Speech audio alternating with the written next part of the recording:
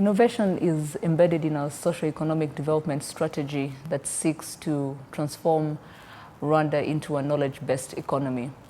And when you look back at how far we've come as a country, there are very clear examples on how we've adapted or absorbed an innovation culture in some of the initiatives that we've designed to respond to specific challenges at any given point in time. Two clear examples that I can point out are our Gachacha program, which is a program that was designed to find ways of providing justice in a very fair and transparent manner, but also in a very fast manner. And if we had had to follow the normal court processes, given the resources that we had, it would have taken us years to really make sure justice is delivered to everyone after the genocide against the Tutsis. A second example is how, as a country that is focused on delivering results to people and ensuring that we stay accountable to our population by how we design the performance contracts across government, and also make them known to the citizens across the board. One other thing that we're doing as a country to stay relevant as an emerging innovation ecosystem or an emerging innovation economy is some initiatives that are focused on how do we promote research and innovation. We've put in place a fund that specifically targets to promote the industry and academia collaboration, making sure a lot of the research that is coming out of our universities, out of the academia, can then be tested and commercialized. We've also been focused on creating talent, which is key for any innovation ecosystem, having critical mass of talent, but also having the right skills. And for many leading innovation ecosystems, what we see is the openness to invite and attract talent from beyond the borders, beyond the jurisdiction. And that's a strategy that we've adopted as Rwanda. When you look at the Carnegie Mellon University, when you look at the ALU, when you look at AIMS, all these are international universities that have set up in Rwanda that are attracting not just Rwandans to come into the programs, but also Africans across the board and different nationalities. Like many countries, Rwanda has been severely affected by COVID-19, and it has disrupted a lot of our socio-economic life. However, Rwanda and the Rwandan people are very accustomed to working around disruptions. And in fact, if you look at how we've approached management of COVID-19, it has been very much underpinned by innovation. One case in point is that throughout the period of the COVID-19 pandemic, Rwanda has registered 14 patents, and yet our annual average before COVID-19 was 5.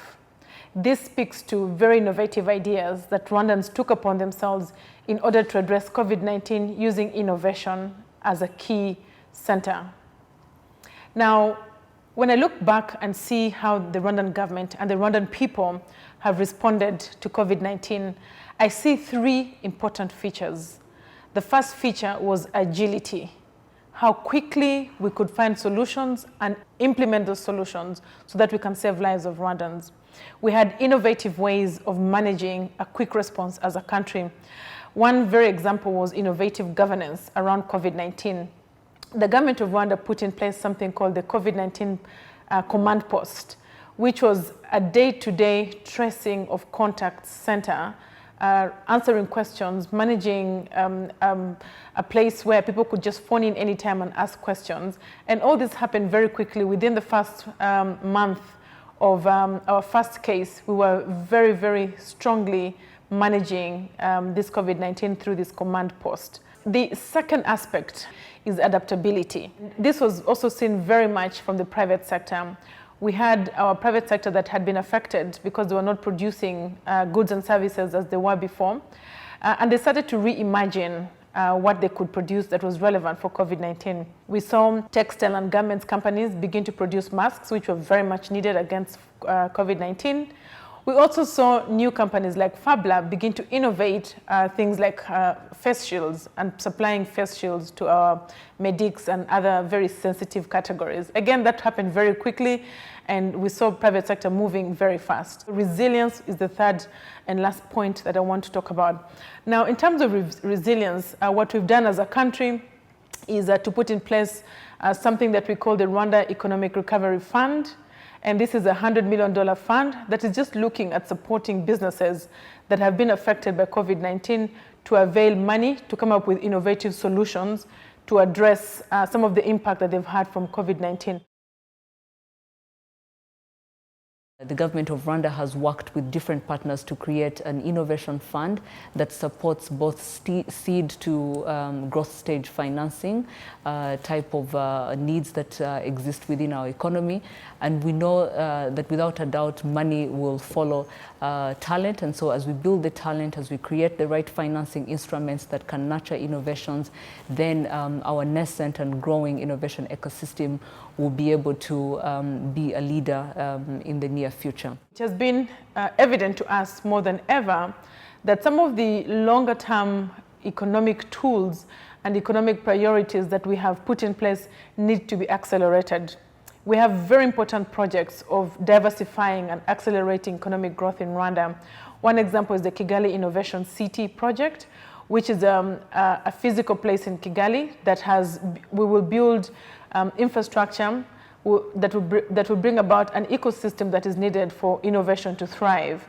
Already we have universities established there, like Carnegie Mellon University with their Africa campus that is located in the Kigali Innovation City, and together with the Africa 50, which is the infrastructure fund for the African Development Bank, we are going to be attracting more companies that are looking for innovators, looking for places where they can, both mix with venture capital, mix with financial institutions, mix with learning institutions for skills development, but also find good space with the right infrastructure for innovation to happen.